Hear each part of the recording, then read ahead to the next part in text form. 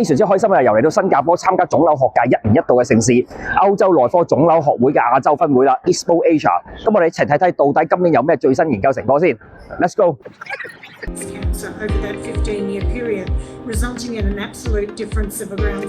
我哋知道咧，大概有70%嘅乳癌病人咧係屬於荷爾蒙陽性嘅，咁即係話咧佢哋咧係可以使用呢個抗雌激素嘅藥物咧去減低個復發風險。咁除咗使用抗雌激素嘅藥物之外咧，其實咧仲有其他方法咧可以減低佢哋嘅復發風險嘅，例如壓抑佢哋嘅卵巢功能啦，又或者配合一啲口服嘅細胞周期生長抑制藥，譬如 CDK4/6。咁我哋都知道咧，荷爾蒙陽性乳癌嘅病人咧，喺手術之後咧係需要服用呢個抗雌激素藥物。咁放一啲高危嘅乳癌病人咧，可以做埋壓抑卵巢功能，去進一步降低乳癌復發嘅風險嘅。咁壓抑卵巢功能咧有3個方法去做嘅。第一就係打荷爾蒙針，第二咧就係利用電療咧去破壞卵巢，第3咧就係手術切除啦。呢個 SOFT-TEST 研究咧係好多年前關於乳癌荷爾蒙治療嘅一個研究嚟嘅。咁今年咧佢哋出咗新嘅 update， 咁發現一啲高危嘅乳癌病人，尤其是 HER2 陰性，而且年齡細過35歲啦，咁佢哋使用壓抑卵巢功能加上荷爾蒙治療，比起單獨使用荷爾蒙治療，佢哋嘅15年生存機率咧，其實最高咧可以提高14.4% 咁多喎。一個叫 Monat E 嘅研究咧，就係睇早期高危嘅乳癌病人，咁佢哋係荷爾蒙陽性 HER2 陰性，而且有淋巴結轉移。咁一組病人咧就使用呢個傳統嘅口服荷爾蒙藥物，咁另一組病人咧除此之外咧再加上一種叫 CDK4/6 周期嘅抑制劑 abemaciclib， 咁發現使用呢個荷爾蒙藥物加上 abemaciclib 呢隻藥咧係可以提高總體生存率，而且可以減低死亡風險達到15% 嘅。咁啊發現咧，如果病人喺發病嘅時候咧仲未停經，亦即係話咧呢班病人咧係比較後生嘅話咧，咁使用呢個 abemaciclib 加上口服荷爾蒙嘅組合咧，佢哋能夠提升總體生存率嘅係更加多嘅。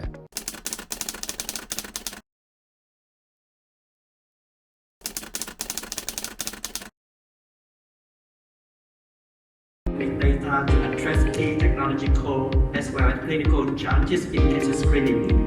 Current USPMTF 咁喺早期檢測癌症方面咧都有新嘅突破喎。咁傳統嚟講咧，我哋想檢測個早期癌症咧，都係依賴呢啲掃描，譬如 CT 啊、MRI 啊。咁但係佢哋有佢哋局限嘅。咁啊，除咗 CT 有輻射之外咧，另外咧嗰啲影像咧，亦都未得話好靈敏。有時去到個腫瘤咧，可能要成5mm 咁上下咧，先至可以顯示到出嚟。咁而家有個新技術咧，就叫 ctDNA， 咁就可以抽血裏邊咧捉到一啲剝落嘅癌細胞 DNA 片段。咁希望咧就可以喺一桶血裏邊咧，能夠咧好早地發現得到有腫瘤，從而係早預防、早治療嘅。我哋而家去檢測癌症咧，好多時做一啲傳統嘅掃描，咁但係佢哋有啲局限喺度嘅。第一咧就係每一個 test 咧都係針對某一個器官，譬如肺 CT 咧只係 check 個肺啦，咁啊乳房超聲波或者乳房 X 光咧淨係照乳房。第二咧就會造成一啲假陽性嘅，咁譬如喺個 CT 肺啊，又或者喺個乳房超聲波啊，好多時有啲粒粒顯示出嚟。咁雖然大多數粒粒都係良性啦，咁但係咧好多人咧就會因為咁樣而好緊張嘅。咁第三就係可能會有入侵性或者少少傷害啦，例如乳房 X 光可能會痛啦。咁另外 CT 肺咧可能會有少少輻射嘅。多種癌症早期篩查 MCED 咧就有3個好處嘅。第一咧就係一桶血裏邊一次過可以檢測多種癌症，咁可以係幾種啦，或者係10幾種咁多嘅。第二咧就特異性比較高，亦即係話比較少有假陽性出現嘅。咁第三就係簡單冇入侵性啦，咁啊純粹係抽血，咁可以咧同一啲體檢咧一次過進行嘅。咁個原理咧就係嘗試喺血液裏邊捕捉一啲獨有嘅癌細胞甲基化 DNA 嘅信號，咁亦都可以通過 AI 嘅資料庫分析咧，從而揾出一啲早期嘅 cancer 嘅。但係呢種血液嘅 ctDNA 檢測同埋分析咧，亦都有佢個局限性同埋缺點嘅。咁其中一個明顯嘅缺點咧，就係佢哋嘅靈敏度唔係咁高，因為尤其是早期嘅時候咧，一啲癌細胞咧未必會剝落一啲 DNA 嘅片段，咁所以咧好多時就會 miss 咗嗰個信號嘅。所以咧，如果個報告話 ctDNA 陰性咧，唔可以完全係 relax 話去排除呢個癌症嘅。咁但係佢哋嘅優點咧，通通都係佢哋嘅特異性好高，亦即係話咧好少出現假陽性嘅。其實舉個例子，大家一定會明白噶啦，就好似疫情嗰個時候我哋撩鼻一樣。咁如果撩到一條線嘅話咧，其實咧就唔可以排除係 Covid 嘅。咁可能係因為好早期嘅感染啊，又或者可能撩鼻嗰支嘢咧就冇捅到咁入啊，咁可能咧就會造成假陰性嘅。所以咧一條線咧就唔可以話係一定係冇 Covid 嘅。我自己個人都試過咧，中咗之後咧，差唔多成個星期咧先至走2條線出嚟嘅。咁咁但係撩鼻咧就好少有假陽性嘅，亦即係話咧，如果撩到有2條咧，基本上可以肯定係 Covid 噶啦，唔會有其他嘢嘅，即係譬如你普通感冒咧係唔會顯示2條線嘅。咁呢啲早期癌症 ctDNA 檢測咧，亦都係一樣嘅。如果佢話係陰性嘅話咧，你唔可以完全排除係有 cancer 嘅。咁但係如果真係佢話你係陽性嘅話咧，咁好大機會咧真係中咗招㗎。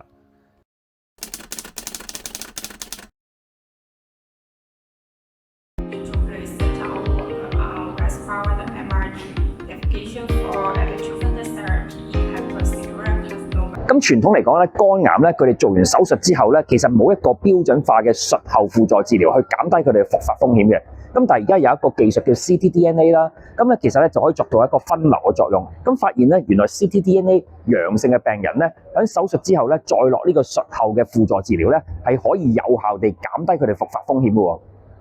肝癌就算早期被發現可以做到手術，咁樣手術切除之後咧，其實都有超過一半嘅病人咧係復發嘅。咁大家都知道咧，有好多癌症咧喺手術之後咧係需要落藥，可以係化療啊、標靶或者免疫治療，個目的咧係減低佢復發風險嘅。咁但係咧喺肝癌身上咧，呢一招咧似乎唔係好行得通，因為呢個一直都唔係一種標準方案嚟嘅。咁呢個研究咧就將肝癌嘅病人分做2組啦，一組咧就喺手術之後咧落藥，希望降低復發風險啦。咁另一組咧就純粹去觀察，即係話做完手術之後咧就乜都完晒啦。咁同時間咧，亦都會喺手術之後1個月咧，就會抽血去睇個 ctDNA 含量，亦即係話咧有冇殘存嘅癌細胞喺裏邊嘅。咁發現 ctDNA 陽性同陰性呢2批病人咧，喺復發風險同埋總體生存率咧有明顯嘅差距嘅。咁 ctDNA 陽性嗰班病人咧，相對於陰性咧，佢哋復發風險咧其實高咗5倍，而且總體生存嘅機率咧，亦都係少咗9倍咁多嘅。咁另一個特點咧就係 ctDNA 咧可以捉到一啲好微小嘅癌細胞 DNA 片段，咁微細到咧連照 MRI 啊或者 PET-CT 啊都 show 唔到出嚟嘅。咁平均個 lead time 咧大概係5個月咁上下，亦即係話咧從第一次 ctDNA 係抽到陽性咧，要再等5個月咧再去照一啲嘅影像咧，個癌細胞咧先會 show 到出嚟嘅。咁另外就發現咧，喺 ctDNA 陽性呢班病人咧，喺肝癌手術之後咧落輔助治療咧係有效降低復發風險嘅。咁相反係 ctDNA 陰性嗰班病人咧，無論有冇落藥咧，其實對復發風險咧基本上係冇影響嘅。咁似乎個路向咧係可以利用 ctDNA 呢個技術咧，係將肝癌嘅病人作為一個分流。咁陽性嗰班咧，即係話咧佢復發風險高咧。咁落藥去減低佢復發咧，似乎就比較有意義啦。咁相反 ctDNA 陰性嘅病人咧，亦即係本身復發風險就好低咧，咁就可以唔需要做術後治療啦。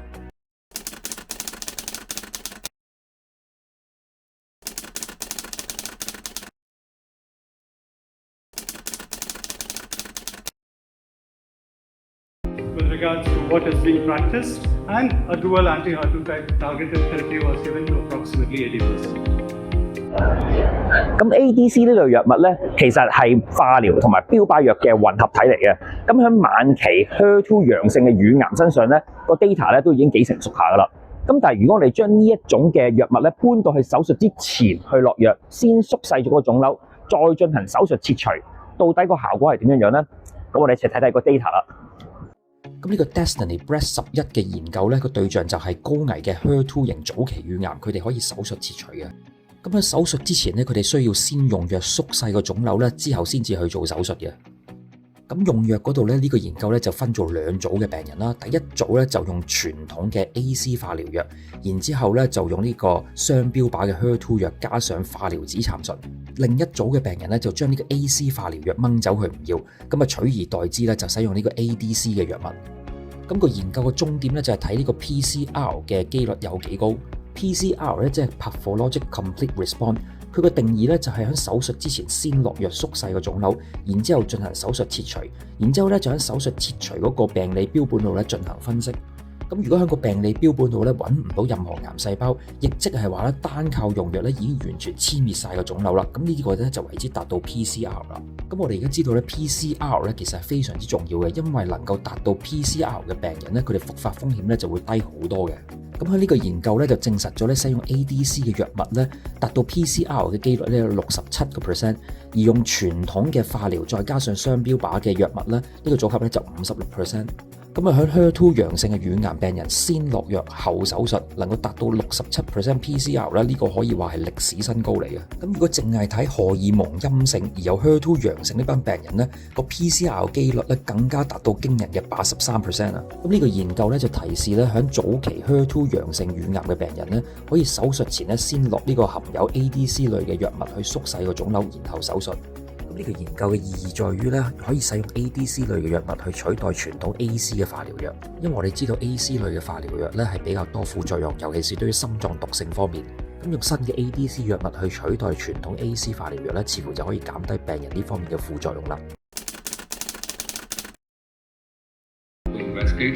To present the phase 3 study of ivonescimab plus chemo versus